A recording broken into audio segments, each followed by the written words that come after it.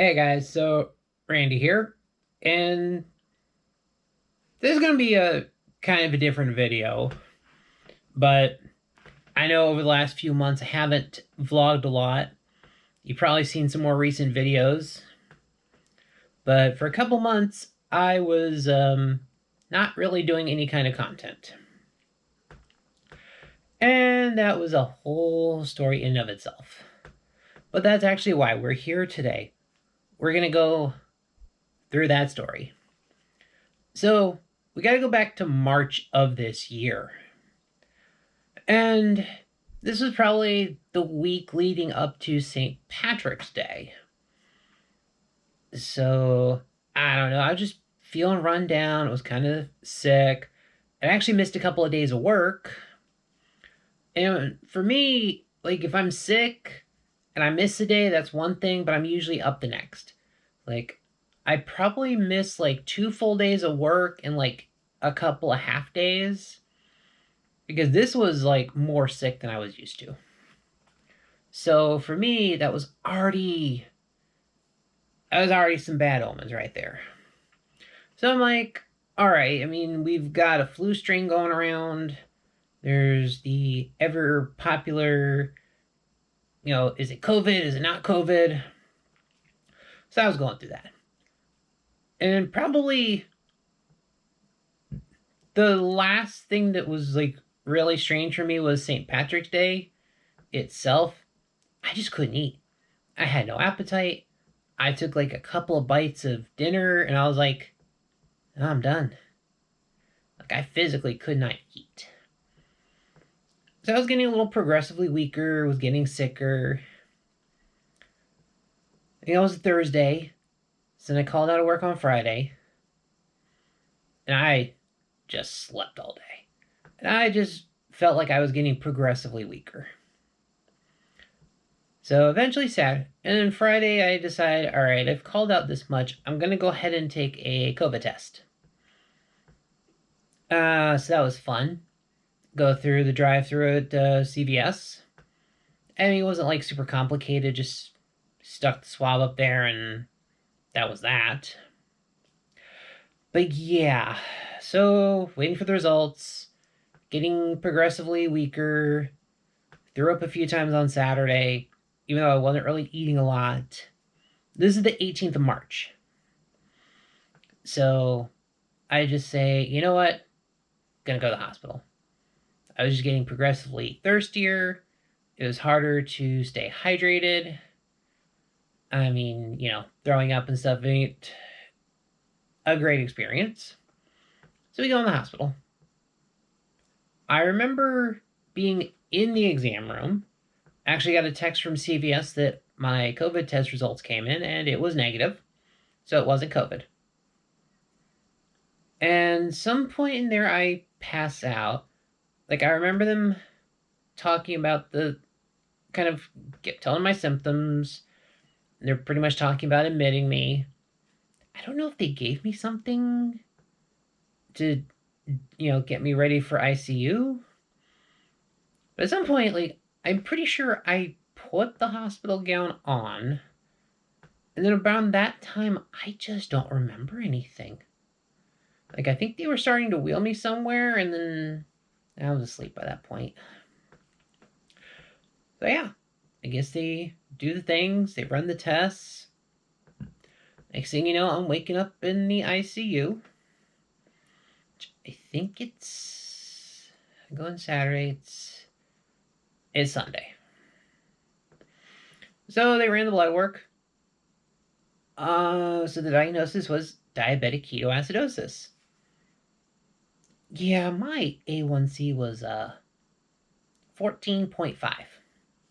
So yeah, that was not good by any stretch of the imagination.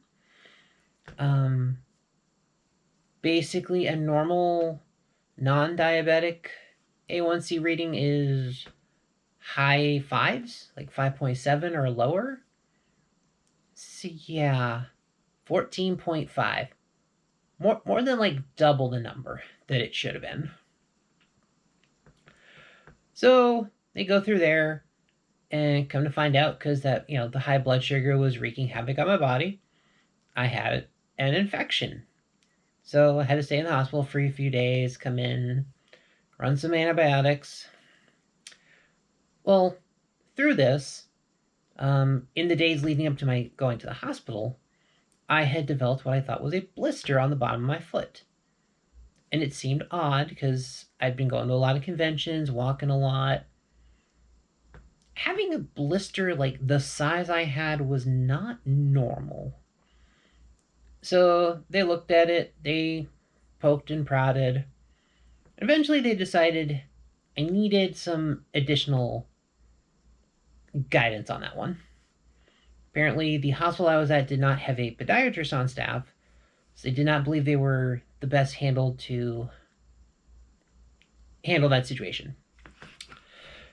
So here starts the joy. So I had to be transferred to another hospital. It took several days. I think it was like Sunday or Monday they decided that I needed to be transferred. So basically, I sat in the ICU room for several days because there wasn't really a bed on the other floor available. And I guess it really wouldn't make any sense just to transfer me to a regular room, as I was also on most of the antibiotics still. And, attached to the machines and whatnot. But yeah. I keep blanking on if this was like Tuesday or Wednesday. But yeah. I eventually get transferred. And in there I kind of go through medical tests, all sorts of fun stuff. Had an MRI done on my foot. First time I'd ever been in that machine. That was not fun because to take the scan of my foot, they had to put me in this boot thing that held my foot perfectly still. So my right foot, which is the foot that and it turned out to be, an ulcer. But my foot also kind of basically sticks out at a 45-degree angle. So yeah. So I had to hold my foot in this boot for like 20 minutes, and it was putting a lot of pressure on my knee. So that was fun. So it was basically for those few days, random tests and everything. Nothing unusual there. So we finally get to the hospital. It's Wednesday. I'm pretty sure it's Wednesday. So we get transferred to the second hospital. Everything's actually pretty good. They come in, they run some tests, doctor looks at it, and then I get scared. They're like, okay, we got to go in, we got to clean out, we got to clean out the infection, we got to, see if there's necrotic tissue, things like that. So I actually get surgery on Friday. Well, okay, so in all the lovely, lovely things, so first night in the hospital was like one of the worst there. I come in, get settled in, get tests. But just because of the time I was transferred, so by the time they got the ride over, which was not fun, like medical transport is not fun. I was basically in this weird chair thing, and it was like hard plastic, and so basically I felt every bump that medical transport vehicle took. It was not fun. And by the time I got checked in, everything, it was past dinner time. So basically, and they needed to restock the snack bar that night. I think I ate like a kind of it was a really crappy turkey sandwich. I was very hungry that night. And of course, I'm barely sleeping because people are coming in every few hours to do, take my blood sugar, do, change out the bags. Actually, those weren't so much. Those were actually at that point we were at the other hospital. wasn't really needing like the full IV bags. It was more um, like the needles that you flush through like a port. I know at one point I actually had a kind of through the various stages of after the surgery, um, because the infectious disease doctor wanted me on a long-term antibiotic for about 6 weeks. So they put a PICC line in me. So basically, the ports they put in you for the IVs. The PICC line is basically those on steroids. Everything is meant more to be in your body long term, because this thing was literally it was like right there actually. And so that thing was bolted onto me for 6 weeks. Only had to do 4 weeks of it home with a home health nurse coming in and doing blood work, and I was having to give myself shots, do the flushes and everything for a couple of weeks. But so here's where the next part of the story begins. So I'm in the hospital for a while. Kind of doing the recovery, making sure everything's good. They're kind of getting me in, doing some physical therapy, kind of, hobbling along.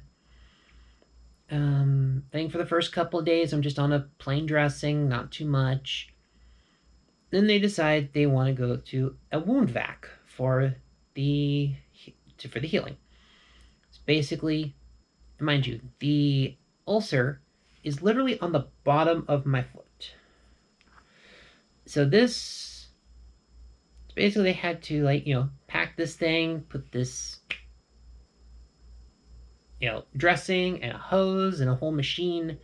Basically what the wound vac does, it sucks the air out and creates this reverse pressure situation, which is supposed to help stimulate and develop tissue growth. And so I'm on that for a few days. Basically once that goes on, I have no mobility because I have to be completely off that foot, no weight on the right foot at all. So so I had to learn how to use a walker, which was a pain in the butt. Basically had to have assistance with everything.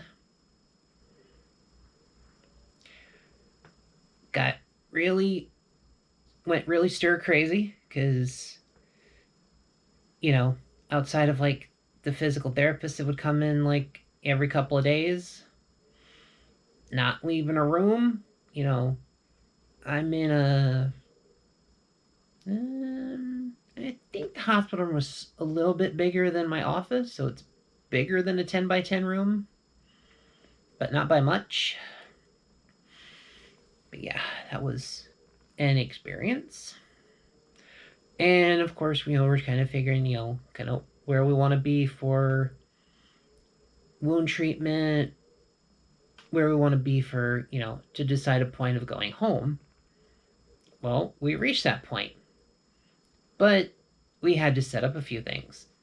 We had to set up home health care.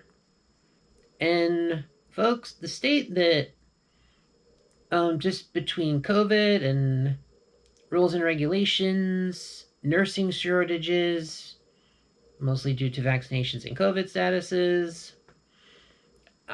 there's a nursing shortage right now.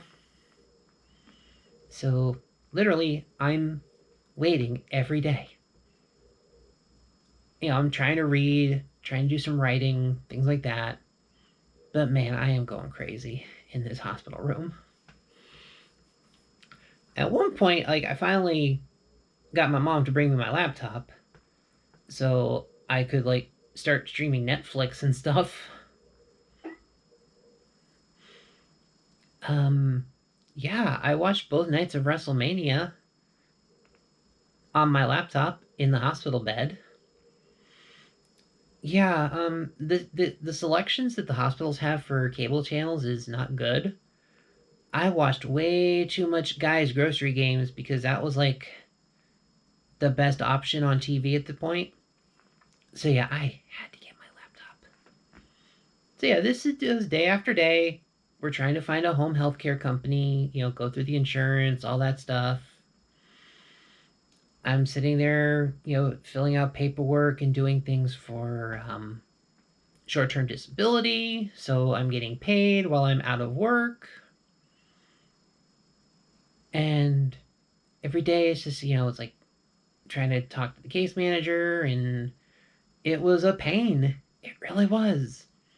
And it's just like, okay, what are we doing here? And I think at one point they were avoiding me because like I just kept calling down, and it's like I I just wanted an answer. Give me an update, give me something. What have you done? Who have you called? So over the course of like over a week, it I was in a few days after the surgery, so in total, I was in the hospital for almost 3 weeks. Like it was like a few days into June before I got released. No, no, sorry. April. It was a few days into April. Sorry. Wow. I'm trying to advance the timeline here.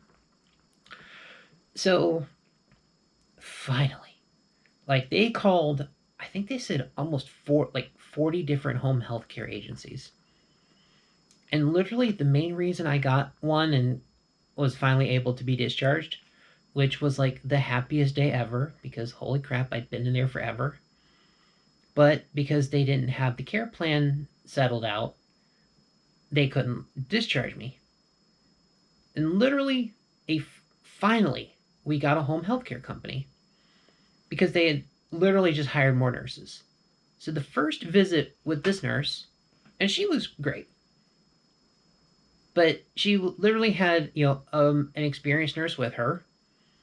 But actually, my nurse was experienced. When I was talking to her, as long as she'd been in the business for a while, had had some had hospital experience, but decided to go the home healthcare route. Like, she wasn't an inexperienced nurse. She was just literally just hired by this company. So she was learning how to do the paperwork that, that company wanted, things like that. And literally like 2 weeks later, like 2 or 3 weeks later, she's got another one. She's got another nurse with her doing the same thing with this new nurse. Wait, no. Yeah, because actually they had to do two companies. One was because I was on the PICC line and had the antibiotics. They had to go through the PICC line. They found one company that was able to do that, but they weren't able to do the other, like the dressing changes and tend to the wound vac, because I had a wound vac. That was also part of it. I had to wait for 3M to send the one to the hospital so that I could go home with it. So yeah, I was in the hospital for 3 weeks, read several books, went absolutely stir crazy. Because if you know me, I'm used to moving around, I'm used to doing stuff. Man, it was just absolutely insane. So yeah, we get the two nursing companies. The one, they just had to come once a week and do the lab work. They showed me how to do the lines, and my mom did fed the IVs through me and the antibiotics, so that was fine. The home health, the other one had to come out 3 days a week to change the dressing for the wound vac. And it was just, slowly getting there. Actually, they only came out twice a week because Monday, which was one of the days they had to do the dressing change, I was going to the wound care center at the hospital every week and being checked out by the podiatrist. So we're going slowly, getting, this whole thing done and over with. And it took a while. Like I said, I didn't get to go back to work until I think June 8th. It's like whatever that Monday was, I got the clearance, and then I went back to work Wednesday because I had to give 48 hours notice that I was cleared to return, something like that. But I went to work on a Wednesday. So about the first week or two I was back, I was doing all work at home because through all this kind of weird, all the crazy stuff at work. I've had work at home equipment for like 2 years, so I'd been kind of on and off. Um, I was fully remote at one point. I was fully in the building for a seasonal role. So, and then that got settled in, so I got to do a partial, like a split schedule, couple days in, couple days out. So we were back to full virtual for the first couple weeks. And it was because, and the main thing, like I still couldn't go to work. I had work at home equipment, but they also couldn't technically clear me to go to work because if I was working, even from home, the home health care would stop because they can't come and take care of you while you're working. And if you're working, you're technically, well enough that you don't need them. So yeah, I was going crazy. It was like the longest, worst vacation ever. Like, this was like summer vacation when I was a kid because I hated summer vacation because, we just stayed home during the summer and didn't do a lot, and I went stir crazy. But finally, I had to go back to work. And while I'm at home, gotta be on the walker, no weight, gotta be, no load on that foot. So I'm using like a rollator, which is basically like a walker with a little basket in front of it that got like a bench seat on it and four pretty bulky wheels. So I was using that to get around. And finally, after about 2 weeks working at home, they gave me the clear that I didn't need, I only had to be partially weight assisted. So basically, I could walk with a cane. Well, I did that. And yes, as soon as I got that clearance, I was at Spooky Empire that weekend. I only went for the one day. I only went for Saturday. But I was able to, while it was weight assisted, I could walk with a cane, but I could also drive. Because, I didn't need any assistance. I wasn't wearing a surgical boot, so I could drive.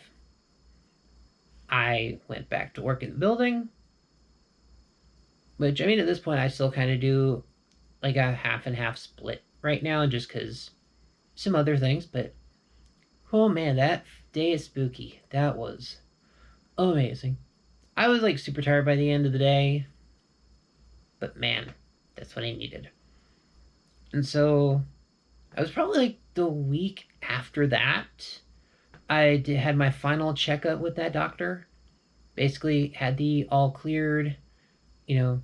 Basically, once they got the wound vac off, they were able to do a different type of dressing that I was able to just do myself.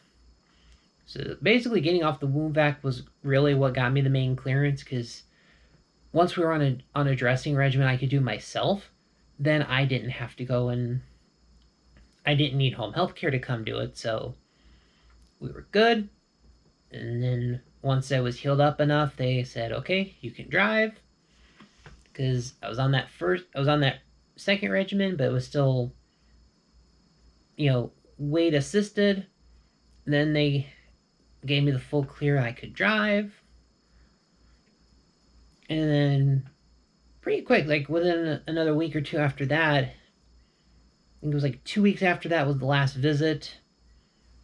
And yeah, full clear bill of health. Haven't had to walk with a cane. Of course, so I've been trying to be more active. I've been to Disney World since then. You saw the vlog a few weeks ago for Magic Kingdom. That was literally my first trip back to Disney in a couple of months. I was just kind of waiting for the whole process to go through because since we were so close to the visit, I wanted to have my first follow-up afterwards. But yeah, had my first follow-up last week. Your standard 3-month checkup for diabetics, lab works, all that stuff. Went from an A1C of 14.5 to 6.6. And, I've been diabetic before. I was kind of between doctors, so things kind of slipped up.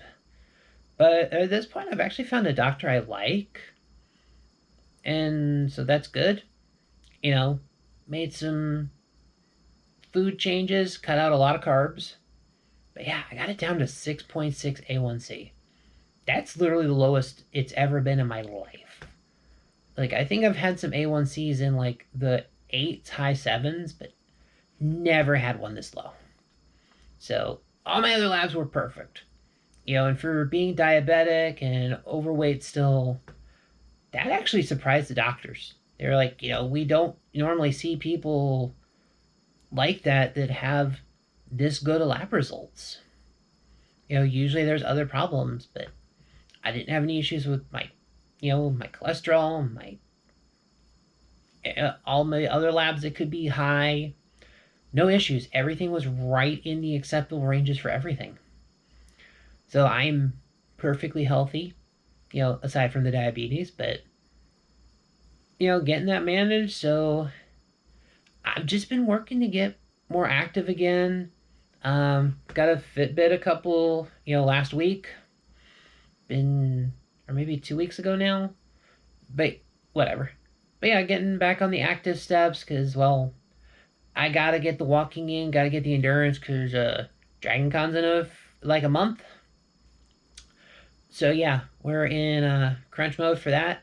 So I want to get some of the physical stamina back because Dragon Con is brutal. So I want to get some extra walking in and get back up to speed there. But yeah, that's sort of my goal, is just to maintain this and stay healthy because I don't want to go into the hospital again. I don't, definitely not that long. That was a terrible experience.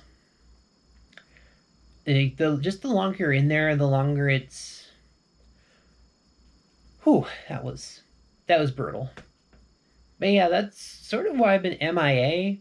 So I'm getting back in the swing of things. Gonna see more vlogs, gonna see more videos. So, and I've really been kind of going back and forth on if I actually wanted to do this video or not. So I just kind of went, all right, you know what? Let's just do it. Let's just put it out there. Let's lay it on the line. Let's do the timeline. So yeah, that's basically why I was MIA from this channel for like 3 months. But yeah, the spooky vlog, that was the first video back. Actually, I did a couple of toy reviews before spooky, so just to have something to do and try to get back into it. But yeah, hopefully we'll end the year out right here, and my goal is to kind of keep up the activity, get healthier, stay healthy, and then I've got some other projects working on because I have some goals for Dragon Con of next year. But I think that will go into another video. But for this point, thanks for sticking around, guys. Thanks for, hearing out the story, because I know some of you might have wanted to hear it. If you're watching this from my friends list, thanks for keeping up with everything on Facebook. And yeah, I think that'll do it, guys. This has been a crazy journey, but I'm ready to hit the convention scene full swing again. I'm ready to go to events, so let's do this, guys. I'll catch you next time.